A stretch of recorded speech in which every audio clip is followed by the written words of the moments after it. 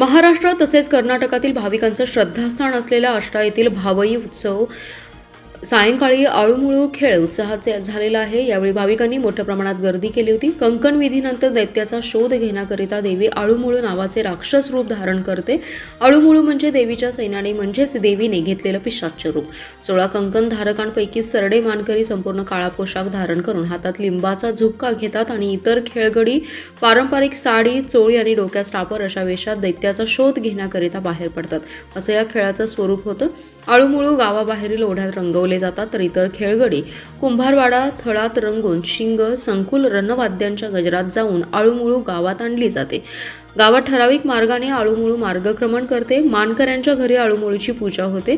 देवीचे सैन्य पिशाच्य रूप घेऊन गावात दैत्याचा शोध घेतात। आळूमुळू भोवती असणाऱ्या फेरातून हातातील लिंबाचा झुबक्याचा मार देत भीती दाखवत हा फेर तोडून मार्गक्रमण करत दैत्याचा शोध घेत असते।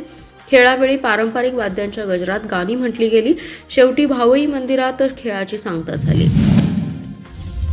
कॉलेजमधील टेस्टमध्ये कमी गुण मिळाल्याच्या रागातून अत्यंत निर्दयीपणे पोटच्या मुलीला बेदम मारहाण करून तिचा खून केल्याची धक्कादायक घटना उघडकीस आली। सदरची घटना ही आटपाडी तालुक्यातील नेलकरंजी येथे शुक्रवारी रात्रीच्या सुमारास घडली आहे।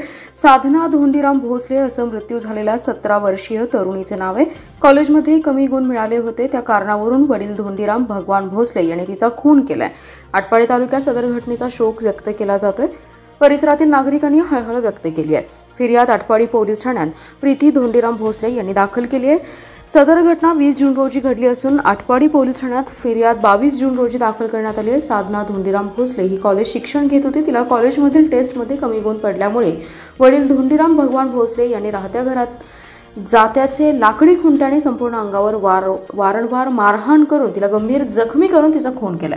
तिचा अंत्यविधी झाल्यानंतर आटपाडी पोलीस ठाण्यात प्रीती धोंडीराम भोसले यांनी फिर्याद दाखल केली। ही घटना दिनांक 25 जून रोजी रात्री 1च्या सुमारास घडली आहे। उपविभागीय पोलीस अधिकारी व पोलीस निरीक्षक यांनी घटनास्थळी भेट देऊन पंचनामा केलाय। अधिक तपास पोलीस निरीक्षक विनय बहिर करत आहेत। सांगली शहरातील कर्नाळ रोडवर आज माणुसकीचा निर्दयीपणा पाहायला मिळालाय। पेट्रोल पंप शेजारी असलेले एक भलं मोठं झाड पिंपळाचं हे आज महापालिकेच्या वृक्ष समितीची कोणतीही परवानगी न घेता तोडल्याचं निदर्शनास आलंय। सदरच्या झाडावर गाय, बगळा, नाईट हिरण यांसारखे अन्य जातीचे पक्ष्याचं वास्तव मोठ्या प्रमाणात आहे। या पक्ष्यांच्या सुरक्षेची कोणतीही काळजी न घेता काही लोकांनी हे झाड तोडण्यास सुरुवात केली आणि या पक्ष्यांची घरं उद्ध्वस्त केली। या झाडावर घरट्यात बसलेल्या 16 पक्ष्यांपैकी 13 पक्ष्यांचा झाडावरून पडून दुर्दैवी मृत्यू झाला, तर 3 पक्षी गंभीर जखमी झालेत। यामध्ये घरट्यातील पक्ष्यांची अंडी फुटून अंड्यातील पिल्लांचा देखील मृत्यू झालाय। याची माहिती मिळताच पक्षीप्रेमींनी सांगलीच्या वन विभागाला माहिती दिली। वन विभागाच्या पथकाने तातडीने घटनास्थळी धाव घेत पंचनामा करून मृत आणि जखमी पक्ष्यांना ताब्यात घेतले। गंभीर जखमी झालेल्या पक्ष्यांवर तातडीने उपचार सुरू करण्यात आले। दरम्यान महापालिकेकडून कोणतीही पूर्व परवानगी न घेता हे झाड तोडल्याची माहिती पुढे आली आहे। या प्रकरणी संबंधितांवर कठोर कारवाई करण्याची मागणी पक्षीप्रेमींनी केली आहे। वाईल्ड लाईफ ॲक्ट प्रमाणे गाय, बगळा, नाईट हिरण यांसह अन्य पक्ष्यांना शेड्यूलमध्ये संरक्षण दिलं आहे। या पक्ष्यांची हत्या किंवा इजा त्यांना करता येत नाही, त्यामुळे बेकायदेशीर वृक्ष तोडून या पक्ष्यांना मारणाऱ्यांवर कठोर कारवाई करण्याची मागणी आता करण्यात येते। राष्ट्रवादी शरदचंद्र पवार पक्षाचा पदाधिकारी असलेल्या नेत्याला शेअर मार्केटमध्ये दुप्पट परतावा आणि 10% महिन्याला व्याज देण्याच्या आमिषाने तब्बल 45,78,000 गंडा घातल्याचा प्रकार उघडकीस आलाय। सदर फसवणुकीची घटना ही जून 2021 ते 1 डिसेंबर 2021 या कालावधीत शहरातील पंचशील नगर येथे घडली आहे। या प्रकरणी ताजुद्दीन गुलाब तांबोळी यांनी संजयनगर पोलीस ठाण्यात फिर्याद दिली। त्यांच्या फिर्यादीवरून पोलिसांनी गंडा घालणाऱ्या मौलासाब हसनसाब कोलार याच्या विरोधात गुन्हा दाखल केलाय। तासगाव तालुक्यातील सावळजमध्ये राहणारे ताजुद्दीन तांबोळी हे राष्ट्रवादी काँग्रेस शरद पवार पक्षाचे जिल्हा कार्याध्यक्ष आहेत। त्यांचा हॉटेल व्यवसाय आहे। संशयित मौलासाब कोलार यांनी तांबोळी यांचा विश्वास संपादन करून त्यांना कमी कालावधीत पैसे दामदुप्पट करून देण्याचं आमिष दाखवलं, तसेच दर महिन्याला गुंतवणुकीच्या रकमेवर 10% परतावा देण्याचं आश्वासन दिलं। त्यामुळे त्यांनी 45,87,000 रुपये कोलार याच्याकडे दिले। हा प्रकार जून ते डिसेंबर 2021 या कालावधीत सांगलीतील पंचशील नगर येथे घडलाय। पहिले 2-3 महिने संशयित कोलार यांनी परतावा दिला, पण नंतर मात्र त्यांनी रक्कम देण्यास टाळाटाळ सुरू केली। तांबोळी यांनी गुंतवणुकीच्या रकमेबाबत वारंवार पाठपुरावा केल्यावरही कोलारने उडवाउडवीची उत्तरे दिली। आपली फसवणूक झाल्याचं फिर्यादी तांबोळी यांच्या लक्षात आलं. त्यांनी संजयनगर पोलीस ठाण्यात संशयित कोलार विरोधात तक्रार दाखल केली. या तक्रारीवरून पोलिसांनी गुन्हा दाखल केलाय. सांगली शहरातील गावभाग परिसरात असणाऱ्या केशवनाथ मंदिराजवळ एका बंद वाड्यामध्ये सडलेल्या अवस्थेत अनोळखी पुरुषाचा मृतदेह आढळलाय. महिनाभरापूर्वी त्याचा मृत्यू झाला असावा असा अंदाज आहे. घटनास्थळी शहर पोलिसांनी भेट देऊन पंचनामा केलाय. रात्री उशिरापर्यंत मृत व्यक्तीची ओळख पटलेली नव्हती. गावभागात एका बंद वाड्यात 40 ते 50 वर्षीय पुरुषाचा मृतदेह सडलेल्या स्थितीत होता. दुर्गंधी येत असल्याने नागरिकांनी तात्काळ या घटनेची माहिती पोलिसांना दिली. पोलिसांनी घटनास्थळी धाव घेतली. घटनास्थळी केवळ हाडांचा सांगाडा उरला होता. बाजूला दारूच्या बाटल्याही पडलेल्या होत्या. घटनास्थळी नागरिकांनी गर्दी केली. पोलिसांनी स्पेशल रेस्क्यू फोर्सच्या पथकाला पाचारण केलं. पथकातील कैलास वडर, महेश गव्हाणे, सागर जाधव, आकाश कोलप, अमर तेलसंग यांनी मृतदेह बाहेर काढून शासकीय रुग्णालयात पाठवलाय. किमान महिना ते दीड महिन्यापूर्वी संबंधित व्यक्तीचा मृत्यू झाला असावा असा अंदाज आहे. अद्याप मृत व्यक्तीची ओळख पटलेली नाही. याबाबत शहर पोलिसात नोंद झाली आहे. कृष्णा नदीच्या पाणलोट क्षेत्रात जोरदार पाऊस पडत असल्याने नदीच्या पाणी पातळीत वाढ होते. अलमट्टी धरणात मान्सूनपूर्व आणि मान्सून पावसाच्या गेल्या 1 महिन्यात पाण्याची आवक मोठ्या प्रमाणात झाल्याने जूनमध्ये 53% जलसाठा झालाय. कृष्णा नदीवरील 4 बंधारे पाण्याखाली गेलेत. सांगली मिरज शहरात पावसाची उघडझाप सुरू असली तरी जिल्ह्याचे कोकण समजल्या जाणाऱ्या शिराळा तालुक्यात मुसळधार पाऊस सुरू आहे. त्यामुळे वारणा नदीच्या पाणी पात्रात झपाट्याने वाढ होते. कोयना धरणाच्या पाणलोट क्षेत्रासह कृष्णा नदीच्या खोऱ्यातही मोठ्या प्रमाणात पाऊस पडतोय. परिणामी सांगलीतील आयर्विन पुलाजवळ कृष्णा नदीची पाणी पातळी 17 फुटांवर गेली आहे. कृष्णा नदीवरील कसबे, डगरियस, सांगली आणि म्हैसाळ हे 3 बंधारे गेल्या काही दिवसांपासून पाण्याखाली आहेत. मिरजेतील खून खुणाचा प्रयत्न, रिव्हॉल्व्हर बाळगणे यांसह गंभीर गुन्हे दाखल असलेल्या एजाज शेख याच्या टोळीला 2 वर्षांसाठी सांगली आणि कोल्हापूर या 2 जिल्ह्यातून हद्दपार करण्यात आले. पोलीस अधीक्षक संदीप घुगे यांनी आज हद्दपारीचा आदेश दिलाय. एजाज अल्फा शेख आणि मलिक जान उर्फ सुहेल राजू नदाफ अशी हद्दपार केलेल्यांची नावे आहेत.